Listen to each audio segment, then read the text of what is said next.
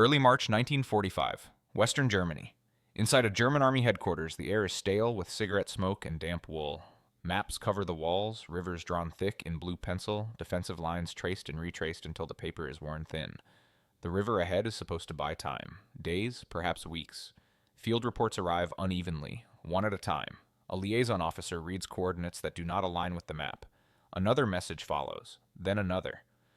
The same result. American columns are not where they should be. They are already beyond planned checkpoints, already nearing the river. Staff officers pause. Calculations are redone. Runners are sent back for confirmation. The numbers do not change. The problem is no longer whether the reports are wrong. It is what it means if they are right, and why the river, once a barrier, has suddenly become a deadline. By early 1945, the war in Western Europe had entered its final phase, though few German commanders were willing to say it aloud. The Ardennes counteroffensive had failed. What remained of Germany's strategic reserve had been burned away in December and January, traded for time that no longer existed. The Western Front was no longer a continuous defensive system. It was a stretched fabric, thin in places, torn in others, held together by assumptions rather than strength. For the German High Command, rivers had become more than terrain features. They were psychological anchors, natural barriers that could compensate for the absence of men, fuel, and armor. Each major river line, the Meuse, the Moselle, the Roer, the Rhine, was treated as a pause point, a place where the advance would slow, where bridges would be destroyed, where American momentum would finally be forced to negotiate with geography.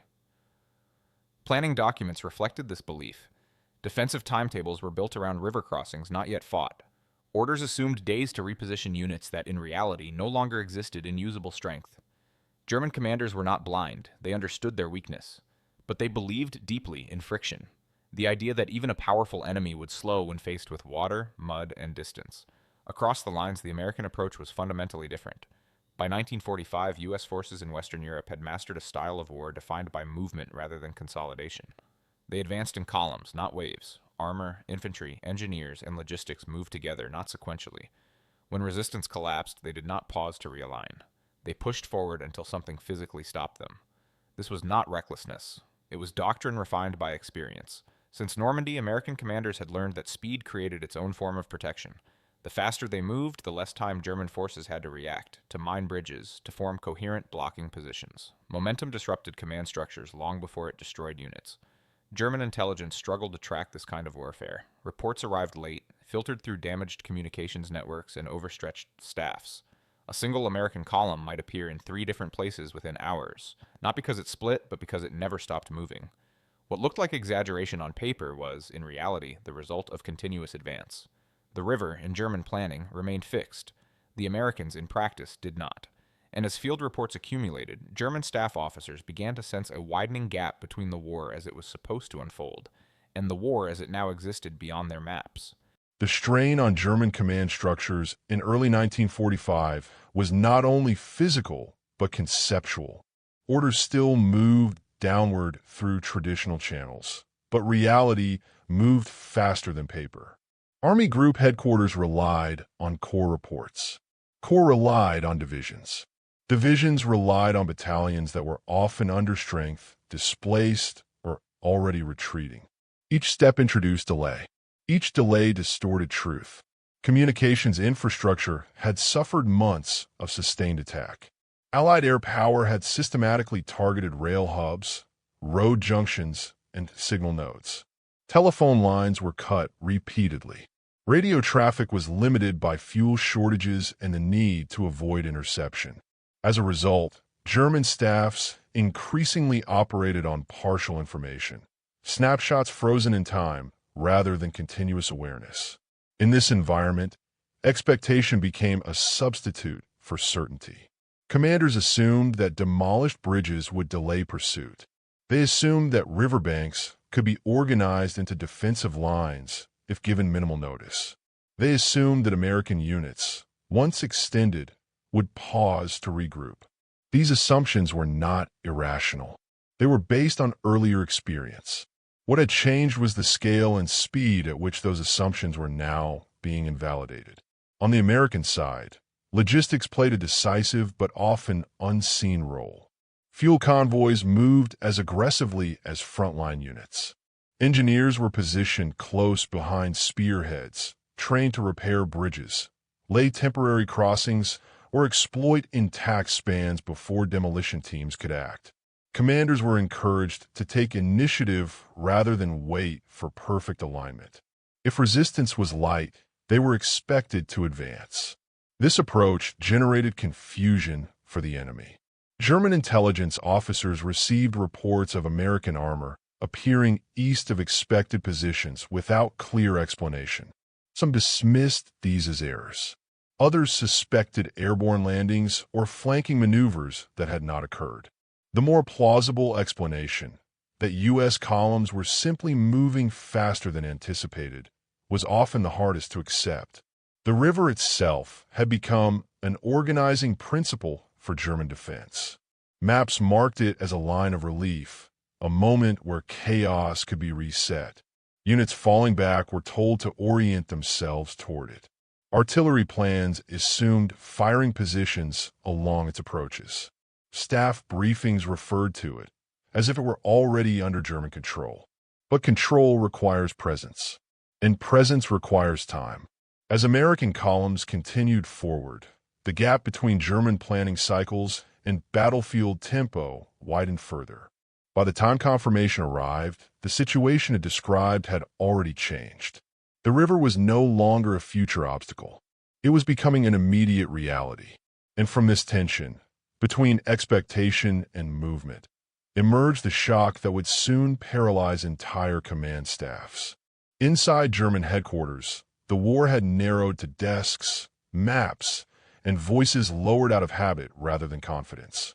Staff officers worked with mechanical precision, logging reports, recalculating timelines, forwarding summaries upward, while privately sensing that the system itself was failing. Many had served since 1939. They recognized the signs. When reports begin to contradict doctrine, when messengers are asked to repeat themselves not because they are unclear, but because the answer is unacceptable. Fatigue compounded disbelief. Weeks without rest had eroded judgment. The enemy was no longer an abstract force on the horizon. It was a set of coordinates advancing faster than thought. Operationally, the American advance was not defined by set-piece battles, but by exploitation. U.S. columns advanced along multiple routes simultaneously, probing for weakness, bypassing strong points, and collapsing the German rear faster than defensive lines could be formed. This was maneuver warfare executed with discipline. Commanders at battalion and regiment level were authorized to push forward if resistance dissolved. The result was a rolling front that refused to settle. For German planners, trained to expect pauses after major engagements, this continuity was destabilizing. There was no clear moment to reorganize, only movement pressing against the next assumed boundary. Technology amplified this imbalance. American radios were reliable and plentiful, enabling constant coordination between armor, infantry, artillery, and engineers. Vehicle reliability meant columns could move for hours without breakdowns that would have immobilized earlier armies. Fuel, once a limiting factor in 1944, was now delivered forward with priority.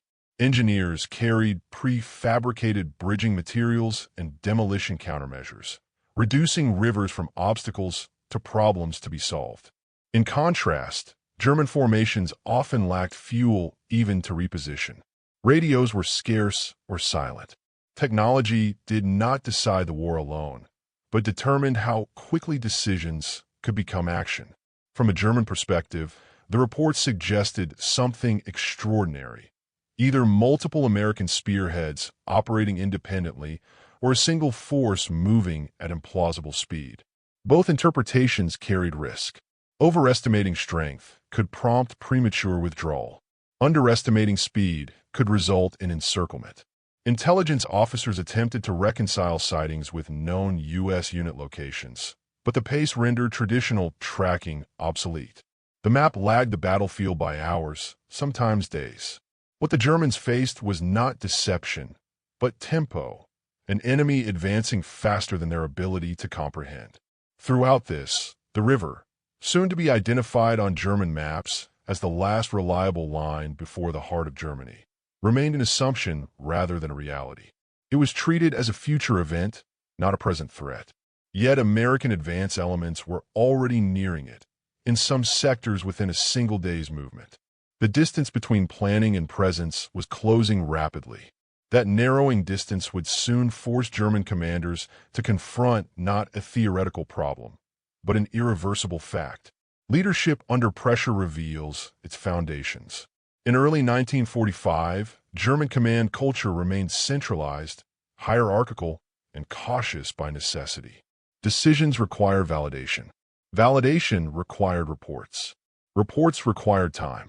As American columns advanced, this structure struggled to adapt.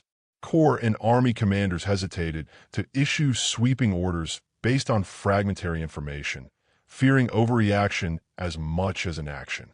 The result was paralysis at critical moments, orders drafted, revised, delayed, and finally issued too late to shape events. Leadership was present, but its ability to influence outcomes diminished with every passing hour. Across the front, American leadership emphasized initiative. Commanders were expected to act within intent rather than wait for instruction. If a bridge was intact, it was seized. If resistance was absent, advance continued. This decentralization did not eliminate risk, but it compressed decision-making cycles to match battlefield tempo. German leaders, watching events unfold through delayed reports, found themselves reacting to consequences rather than directing action. Psychologically, the shock was cumulative. Each report that placed American units closer to the river eroded confidence in the defensive plan. The river had been discussed, briefed, and relied upon. It was supposed to impose order on chaos. When evidence suggested that this organizing principle was failing before it could even be activated, morale at staff level suffered. This was not panic in the dramatic sense. It was a quiet, corrosive doubt. If the river could not slow them, what could? For field units, the effect was immediate. Retreating formations were instructed to orient toward positions that no longer existed as coherent defenses. Rumors traveled faster than orders. Soldiers encountered American reconnaissance elements where they expected friendly rear areas. The sense of being outpaced, not merely defeated, became pervasive. From the American perspective, there was little awareness of German disbelief. Units advanced according to orders and opportunity. Reconnaissance confirmed what momentum suggested. Resistance was fragmentary, coordination uneven. When American soldiers reached the river's approaches, it was not perceived as a dramatic breakthrough, but as the next logical phase of advance. For German command, however, this arrival shattered a mental boundary that had structured months of planning. Morally, the situation forced German commanders into an uncomfortable reckoning. Continued resistance along collapsing lines risked encirclement and unnecessary loss. Withdrawal conceded ground essential to the Reich's defense. The river had offered a way to delay this choice. Its premature loss removed ambiguity. Decisions would now carry immediate and irreversible consequences.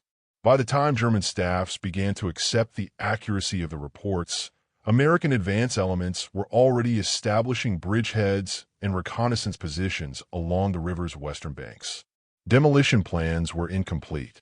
Units assigned to defend crossings were still in transit or non-existent. What had been a future problem had become a present crisis. And in that moment, when confirmation replaced doubt, the situation shifted from alarming to decisive. Confirmation arrived without drama. That was the most unsettling part. Late reports from forward elements aligned with aerial reconnaissance already reviewed hours earlier. American armored reconnaissance units were no longer approaching the river line. They were at it. In some sectors, they had reached intact crossings before demolition orders could be executed. In others, they stood within direct observation of the water, reporting minimal organized resistance. The river that had anchored German defensive planning now appeared in operational summaries as a present tense reality. Inside headquarters, officers recalculated distances not in kilometers but in minutes. If American columns had reached the river here, then adjacent sectors were already compromised. Defensive geometry collapsed. Flanks that had not yet engaged were suddenly exposed.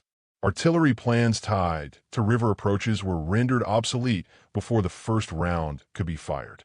Orders were drafted to accelerate demolitions. Engineers were instructed to destroy crossings immediately. But many bridges were already beyond reach. Some demolition teams had withdrawn earlier under pressure. Others never arrived. Air attacks had disrupted movement. Fuel shortages had delayed columns. The timetable assumed by planning staffs no longer matched the battlefield clock. Attempts to assemble blocking forces revealed another truth. Units earmarked for river defense existed largely on paper. Divisions had been reduced to Kampfgruppen, regiments to reinforced battalions, battalions to fragments. The speed of the American advance had not merely overtaken positions. It had overtaken organizational reality. At this point, German commanders faced a narrowing set of options. Counterattack required concentration, which required time and fuel, neither of which remained. Withdrawal risked exposing central Germany sooner than anticipated. Holding fast invited encirclement by forces already moving along parallel routes. Each option carried consequences previously deferred to the river line. Now they arrived simultaneously. American units pressed forward with methodical urgency. Engineers assessed crossing sites. Infantry secured approaches. Artillery displaced forward to maintain range. What appeared chaotic on German maps was, on the ground, a coordinated process unfolding at speed. The river was not treated as an endpoint, but as an obstacle to be reduced. For German staffs, the realization crystallized in a simple operational truth. The advance had outpaced the plan. The enemy had not breached a prepared line. They had arrived before the line existed. The defensive concept had been overtaken by movement. As reports continued to arrive, the language within them changed. Phrases shifted from approaching to contact, from expected to confirmed, from future tense to present. The river, long imagined as a barrier, had become a line already contested. And with that shift, the decisive moment approached, not marked by a single explosion or order, but by the quiet understanding that control had passed beyond recovery. Once the river was reached, the tempo no longer belonged to German command. American forces did not wait for a formal pause. Reconnaissance units immediately expanded their presence along the banks, identifying intact bridges, shallow fords, and sites suitable for temporary crossings. Where demolitions had failed, bridges were seized. Where bridges were gone, engineers began work under covering fire. The distinction between approach and assault dissolved.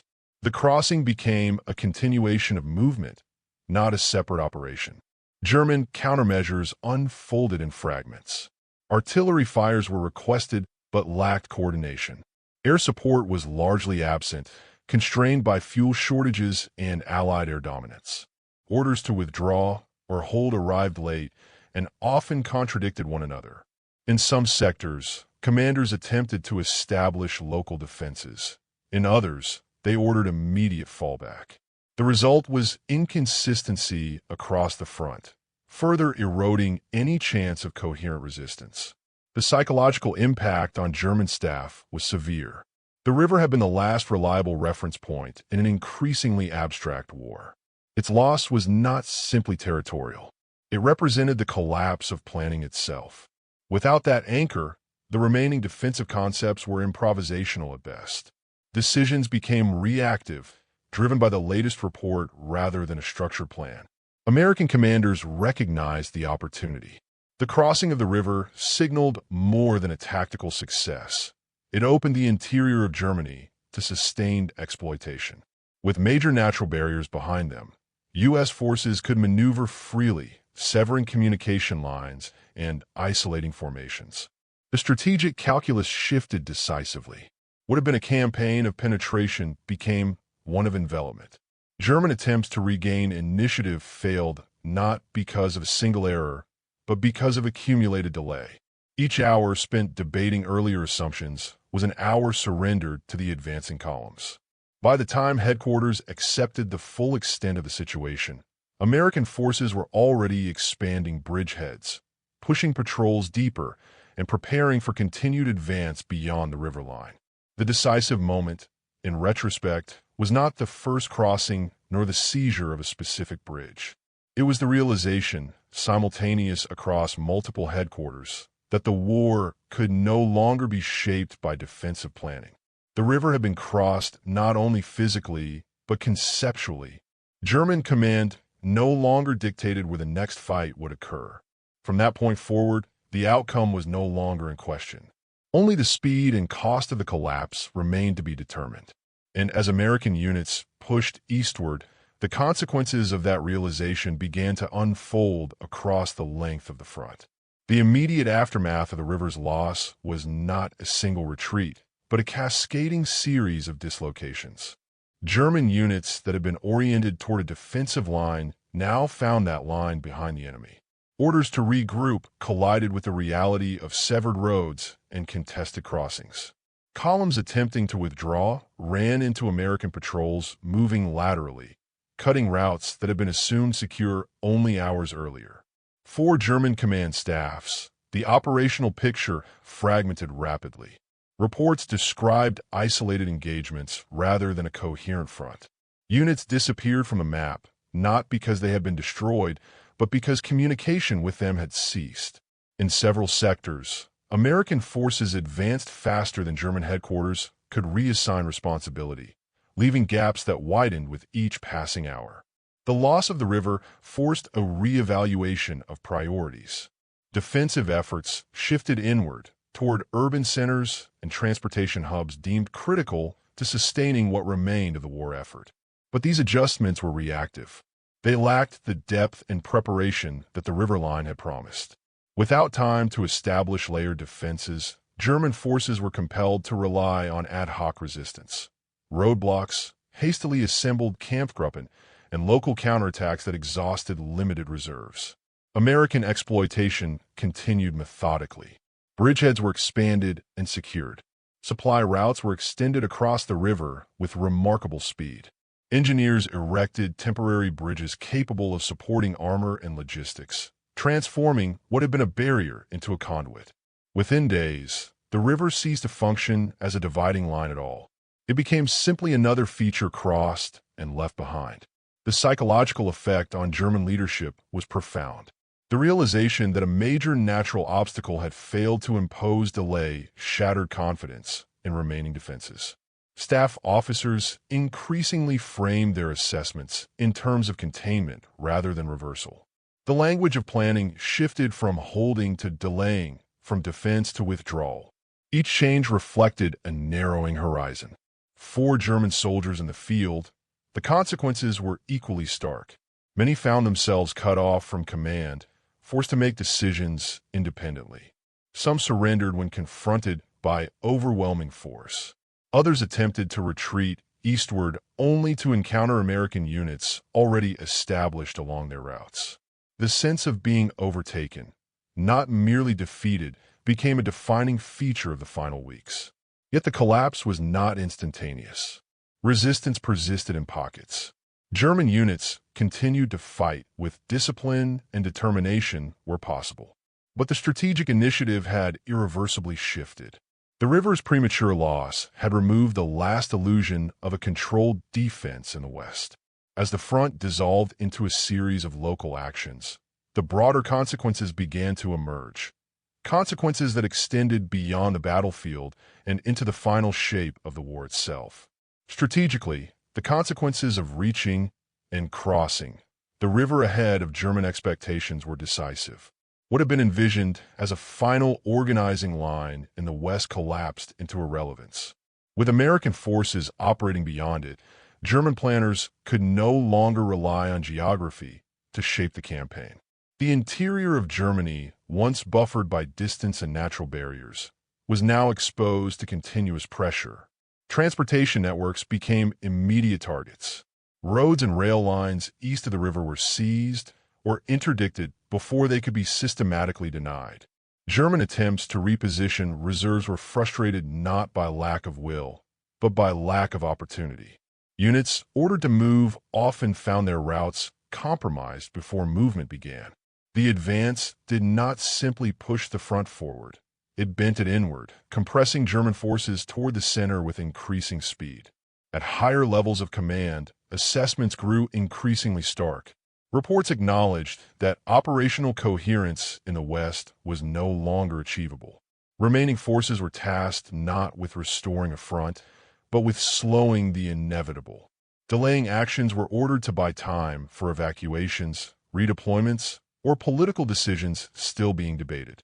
The language of finality entered official correspondence, even if it was never spoken publicly. For the Allies, the river crossing validated months of doctrine and preparation. Speed, coordination, and logistical depth had achieved what attritional battles alone could not. American commanders recognized that the enemy's capacity to recover had been broken not by a single defeat, but by a series of compounded disruptions culminating at the river line. From that point onward, resistance would be local, not strategic.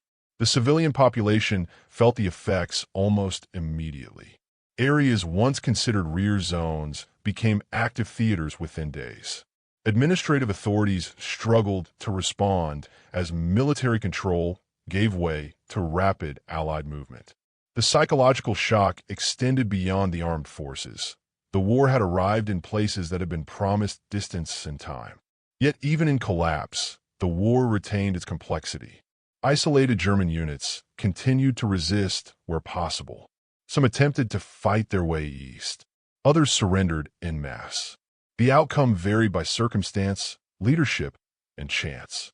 But none of these actions altered the overarching reality established at the river. The premature arrival of American columns had compressed the final phase of the Western campaign.